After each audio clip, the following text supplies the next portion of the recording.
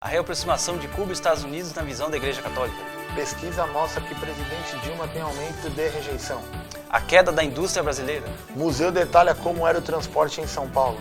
Já chega a mais de 6 mil o número de mortes no Nepal. Definidos campeões pelo Brasil.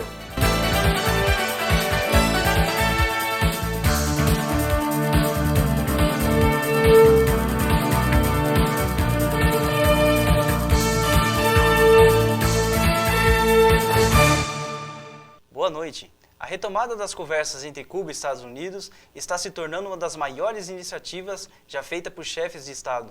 Além de Obama e Raul Castro, o Papa Francisco foi fundamental nessa reaproximação. Então, como ficará a Igreja Católica em Cuba e quais os desafios dela daqui para frente? Estamos aqui com o padre Enúbio, da paróquia de Jesus Adolescente, da Vila da Lila, aqui na Zona Leste. Prazer. Prazer. Padre, você tem ciência do que está acontecendo em Cuba? Sim, tem. Tendo em vista a reaproximação com os Estados Unidos, sendo que o próprio Papa Francisco foi o principal intermediador das relações. Ele teve uma contribuição fundamental na reaproximação desses dois países. Há mais de 50 anos que estão rachados a diplomacia dos dois países, infelizmente, e os próprios países. Eles estão, assim, distantes um do outro. Diante do que está acontecendo entre os dois países, como você acha que ficará o catolicismo em Cuba?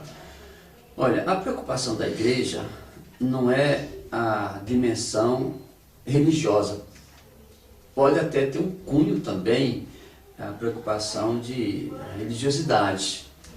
Mas a questão do Vaticano, a questão da igreja, é sobretudo essa abertura, é sobretudo essa elevação da dignidade do cubano.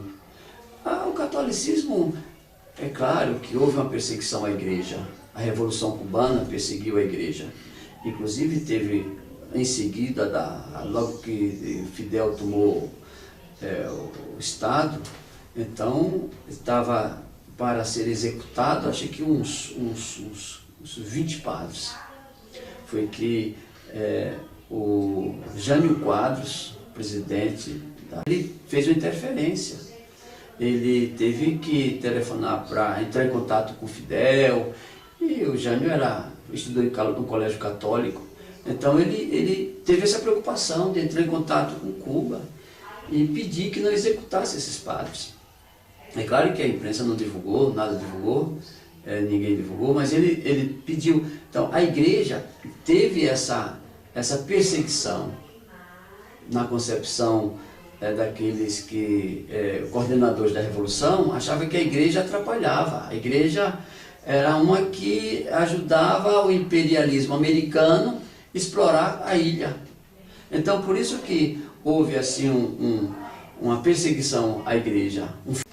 Em sua opinião, qual impacto social e religioso essa reaproximação provocará? Então, o impacto social é esse, porque você sabe que vai entrar um capital americano. A gente sabe, não só os Estados Unidos, a gente sabe que tem as empresas vão entrar em Cuba. Se por acaso quebrar essa situação, esse embargo, então, porque o Congresso americano não está querendo, que o Congresso a gente sabe que são a disputa com o Obama. O Obama quer, mas o Congresso, a maioria republicana não quer.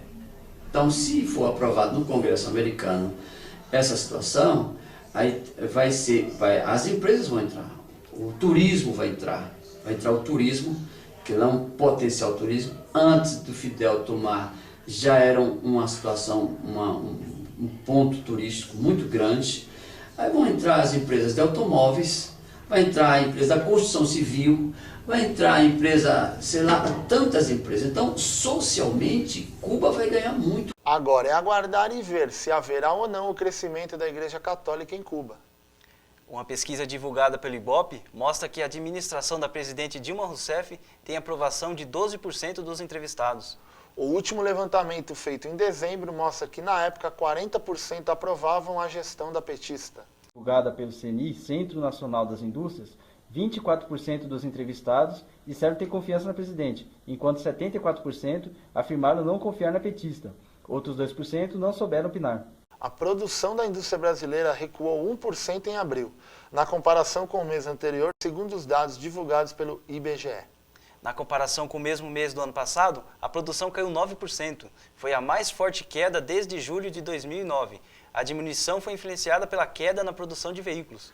A Secretaria da Comunicação Social da Presidência da República anunciou que a presidente Dilma se encontrou com o presidente dos Estados Unidos, logo após a reunião da Cúpula das Américas. Em nota, a assessoria do governo divulgou que o vice-presidente dos Estados Unidos, Joe Biden, reafirmou a importância das relações bilaterais, especialmente na área de energia e comércio.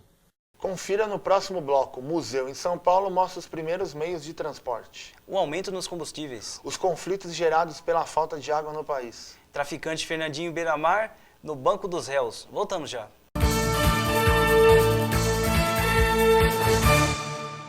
Atenção para o toque de 5 maneiras de mudar sua vida. Uninove, eleita a melhor universidade particular no ranking universitário de 2014.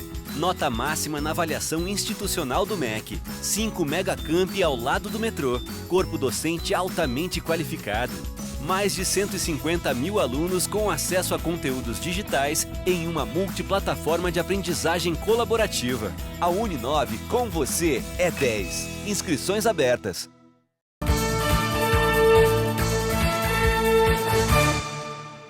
Na zona norte de São Paulo, um museu conta a história do transporte público da cidade.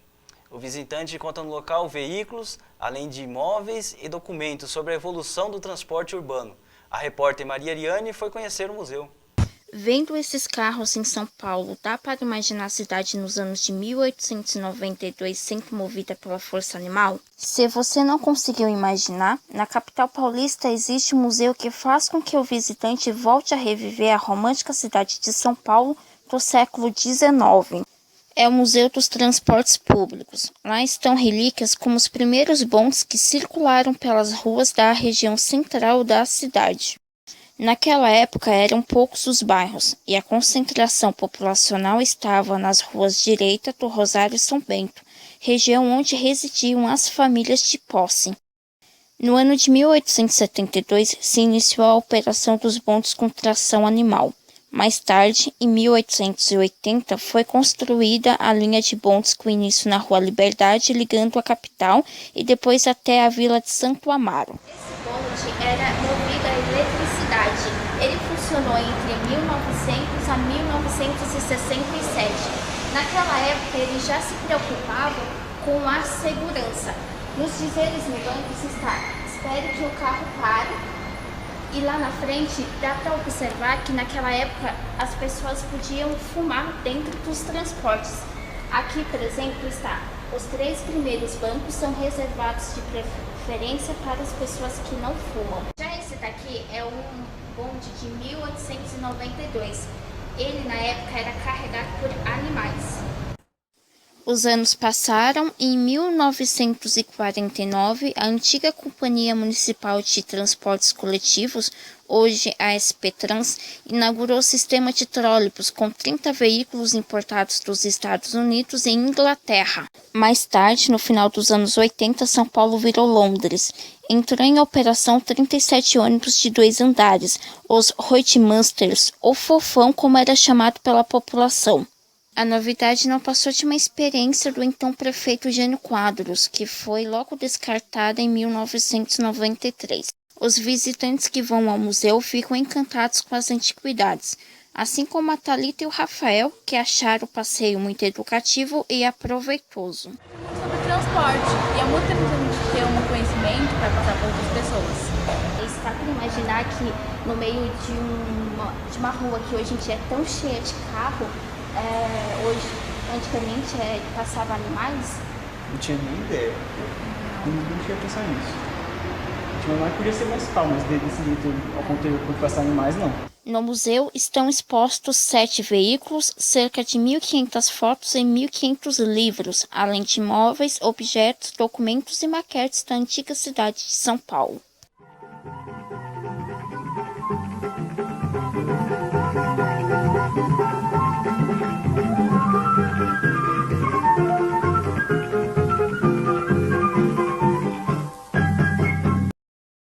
A entrada é franca e funciona de terça a domingo, das 9 às 17 horas. O endereço fica na Avenida Cruzeiro do Sul, número 808.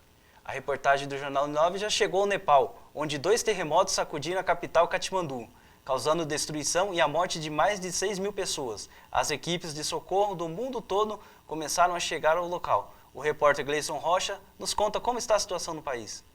Assim que desembarcamos, encontramos um estado de calamidade total, escombros e destruição para todos os lados. As equipes de resgate ainda trabalhavam nas buscas de sobreviventes do tremor de 7,8 na última sexta-feira, quando a terra voltou a tremer. Desta vez, o tremor foi ainda mais fraco, 6,7, mesmo assim de grande potência, o que aumentou ainda mais o pânico entre as pessoas. As autoridades locais recomendam que a população fique nas ruas para evitar riscos caso haja novas réplicas do terremoto. Isso faz com que a situação fique ainda mais complicada, pois faz frio, está chovendo e não há barracas para todo mundo. O Nepal é um pequeno país, montanhoso e pouco acostumado a esse tipo de fenômeno. Por isso, as construções não estavam preparadas para resistir a qualquer movimento da terra. Aqui se encontra o Monte Everest, que atrai milhares de alpinistas todos os anos. Os tremores causaram desabamentos nos acampamentos aos pés da montanha. 48 alpinistas foram resgatados com vida e 20 corpos foram encontrados em meio à neve. Diferentes países, como Japão, Alemanha e Estados Unidos, já enviaram equipes de busca com cães farejadores, treinados para esse tipo de situação de desastre. Cada minuto que passa, novas pessoas são encontradas pelos destroços. O governo local informa que as mortes já ultrapassaram 6.500. Os trabalhos de socorro não param e devem seguir por dias. Gleison Rocha, direto de Katmandu, para o Jornal Uni9. A alta no preço dos combustíveis e a queda do crédito derrubaram o volume de vendas no varejo, em 3% em abril, na comparação com o mesmo mês do ano passado, de acordo com o IBGE. É o pior resultado desde agosto de 2003, quando foi registrado queda de mais de 5%. O feriado da Semana Santa foi um fator que influenciou o resultado, já que o número de dias úteis foram reduzidos.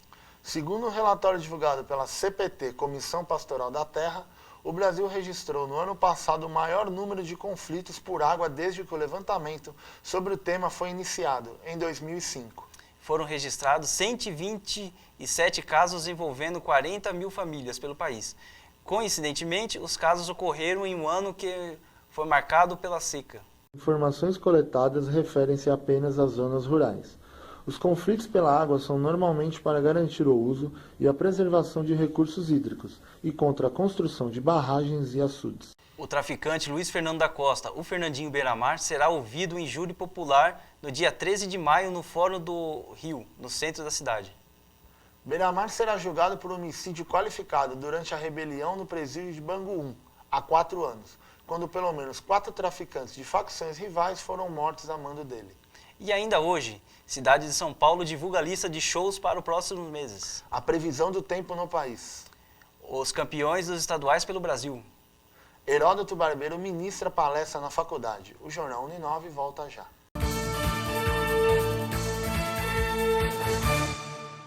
Atenção para o toque de 5 maneiras de mudar sua vida. Uni9, eleita a melhor universidade particular no ranking universitário de 2014.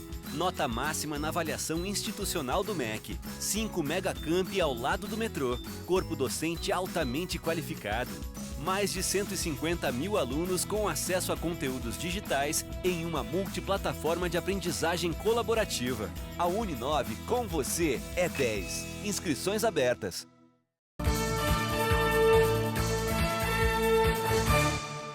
E vamos falar de esporte. O Juventus da Moca jogou no último dia 29 pela Série A3. E você, Renato, viveu de perto essa emoção? Danilo, foi um momento marcante. Vamos dar uma olhada. Quarta-feira, 29 de abril, 3 horas da tarde. O que você tá fazendo uma hora dessa? Você eu não sei, eu sei que eu tô aqui, vendo o Juventus jogar. Dale, Juventus! E o Juventus jogou muita bola. O moleque travesso, apelido carinhoso do time, goleou a Inter de Limeira por 4-0, deixando a torcida em êxtase. O time em campo é o reflexo do que se vê nas arquibancadas.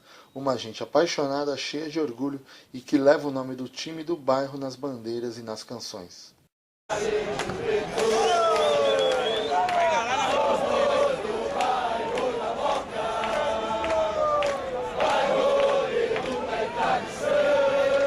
E não importa a idade, o Juventus arrasta torcedores de todas as gerações, desde os mais novos até os que acompanham o time Grená há muito tempo. Faz muitos anos, amigo. Faz muitos anos. Eu era atleta do Juventus em 78. Você jogou no Juventus? 78, 79. Meu? Hoje nós estamos em 2015, já estou aqui, então agora eu já sou torcedor. E a Rua Javari tem uma atmosfera única. A proximidade das arquibancadas com o campo faz com que o torcedor participe do jogo de maneira única. É tradição, né? É um clube tradicional da Moca, né? Então, você vê, o Juventus representa o futebol mesmo, porque hoje em dia estão esquecendo o que é o futebol, né? O futebol tá meio deturpado, o que é o futebol. Você vendo aqui na Rua Javari, você relembra o passado e tem essa satisfação. Os comentários com o Thiago Pereira.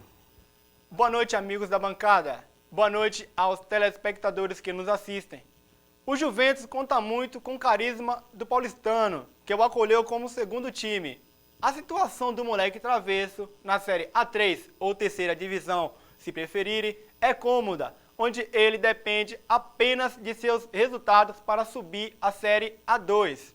E em relação ao título, disputará com mais 3 equipes para saber se será ou não o campeão. É torcer e esperar para ver no que vai dar. E agora um giro pelas finais dos estaduais. Teve festa em vários estádios pelo Brasil. Confira. Em São Paulo, o Santos reverteu a vantagem do Palmeiras, vencendo no tempo normal por 2-1 e nos pênaltis fez 4-2.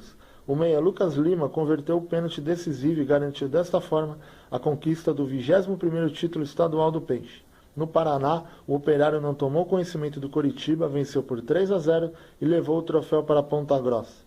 O destaque do jogo foi o atacante Juba, autor de 2 gols. Os visitantes fizeram uma enorme festa no Couto Pereira e foram aplaudidos de pé pelos torcedores do Coxa Branca, que reconheceram a garra do time do Operário.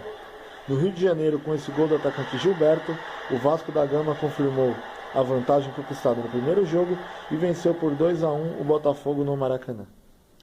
A cidade de São Paulo divulgou lista de shows e artistas que farão a festa em todos os finais de semana nos próximos 4 meses. A programação foi feita pela Secretaria Municipal de Cultura da cidade. Com o nome Circuito São Paulo de Cultura, o evento tem início neste fim de semana com a apresentação da francesa Zaz e também das paulistas Céu e Tulipa Ruiz, no palco externo do Auditório Ibirapuera. Artistas brasileiros e estrangeiros participarão dos eventos. O circuito terá diversas atrações, entre música, teatro, dança, cinema e muitos outros. Os eventos acontecerão em 40 pontos espalhados pela cidade. A programação é encontrada no site do jornal Uni9. E agora o mapa da previsão do tempo. Nuvens cobrem toda a região sudeste do Brasil e deixam um tempo bastante chuvoso em São Paulo, Minas Gerais, Rio de Janeiro e Espírito Santo, resultado de uma frente fria que passa pela região. Da previsão do tempo. Nuvens cobrem toda a região sudeste do Brasil e deixa o tempo bastante chuvoso em São Paulo, Minas Gerais, Rio de Janeiro e Espírito Santo, resultado de uma frente fria que passa pela região. No último dia 15 de abril, a Faculdade Uni9 contou com a presença do renomado jornalista Heródoto Barbeiro. O encontro contou com uma palestra em que o âncora falou sobre seus mais de 60 anos de carreira e os momentos marcantes. O encontro contou com uma palestra em que o âncora falou sobre os mais de 60 anos de carreira, os momentos marcantes e ainda deu dicas de quanto é gratificante essa profissão. Na comunidade armênia, qual é o reflexo que isso provocou, o fato do chefe da Igreja Católica ter reconhecido ele? E essas foram as notícias de hoje. E o Jornal Uni9 fica por aqui. Tenham todos uma boa noite. Boa noite.